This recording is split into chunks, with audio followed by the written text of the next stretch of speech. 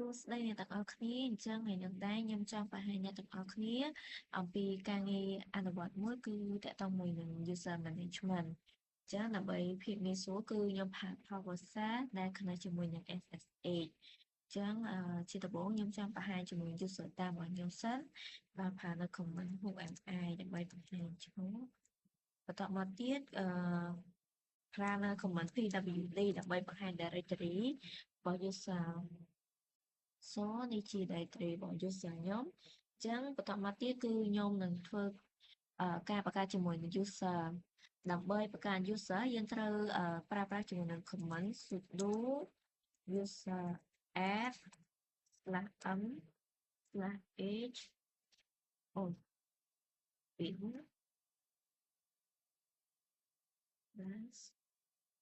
ហើយដាក់ឈ្មោះដែលយើងចង់user ដែលយើងចង់បង្កើតខ្ញុំដាក់ឈ្មោះ PHA ជំហានបន្ទាប់ទៀតគឺយើងត្រូវការដាក់ password ឲ្យ user ហ្នឹងអញ្ចឹងយើងប្រើប្រាស់ជាមួយនឹង command sudo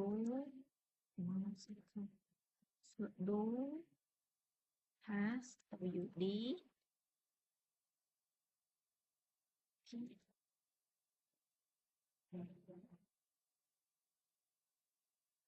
អញ្ចឹងនេះជា password ដែលខ្ញុំដាក់ឲ្យ user របស់ខ្ញុំ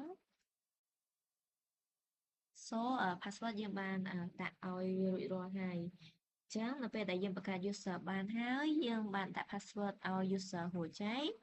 អញ្ចឹងខ្ញុំនឹងធ្វើការទៅ switch ទៅកាន់ user ថ្មីដែលខ្ញុំបានបង្កើតមកហ្នឹងដោយប្រើនៅ command su ហើយដាក់ជាមួយនឹង username ដែលខ្ញុំបានបង្កើតមកហ្នឹង password អញ្ចឹងមានន័យថាខ្ញុំបាន switch ទៅកាន់ user ថ្មីដែលខ្ញុំបានបង្កើតមុននឹងរួចហើយនៅពេលដែលខ្ញុំបាន switch ចូលទៅកាន់ user ថ្មីដែលខ្ញុំបានបង្កើតហើយអញ្ចឹងដើម្បី verify ថាuser ហ្នឹងគឺជា user ថ្មីដែលខ្ញុំបង្កើតគឺខ្ញុំប្រើជាមួយនឹង command HMI នេះជាឈ្មោះ user ថ្មីរបស់ខ្ញុំបន្តមកទៀតគឺខ្ញុំនឹង run command cd ដើម្បីចូលទៅកាន់directory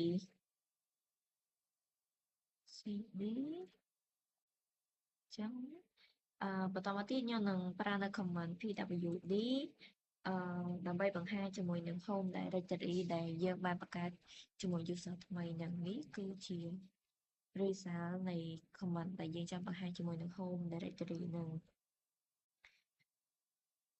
អញ្ចឹងខ្ញុំចង់យក user ថ្មីរបស់ខ្ញុំហ្នឹងទៅបង្កើត folder ថ្មីមួយខ្ញុំប្រើប្រាស់ជាមួយនឹង command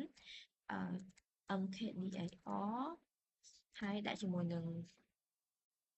folder ថ្មី folder ដែលយើងចង់បង្កើតដាក់ mplq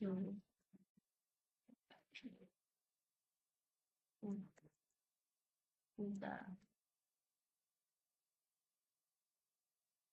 អញ្ចឹងខ្ញុំបានបង្កើត command folder ថ្មីឲ្យបង្កើត folder ថ្មីមួយហើយអញ្ចឹងខ្ញុំនឹងធ្វើការ run នៅ command ls ដើម្បីបង្ហាញជាមួយនឹង folder នោះនេះជា folder ដែលខ្ញុំបានបង្កើតហ្នឹងប្រសិនបើសិនជាខ្ញុំចង់switch ទៅកាន់ user តាមរបស់ខ្ញុំវិញអញ្ចឹងខ្ញុំវាយជាមួយនឹង command exit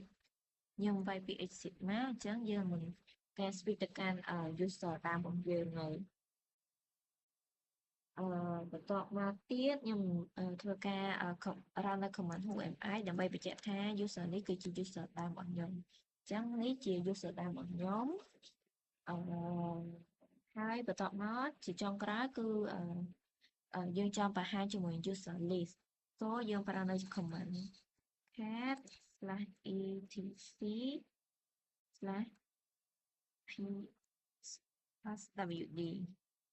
្ចឹងនេះគឺជា user ដែលខ្ញុំបានបង្កើតមុននឹងដូចយើងបានឃើញអញ្ចឹងនេះអញ្ចឹងសម្រាប់ការងារ user management គឺមានតែប៉ុណ្្នឹងទេ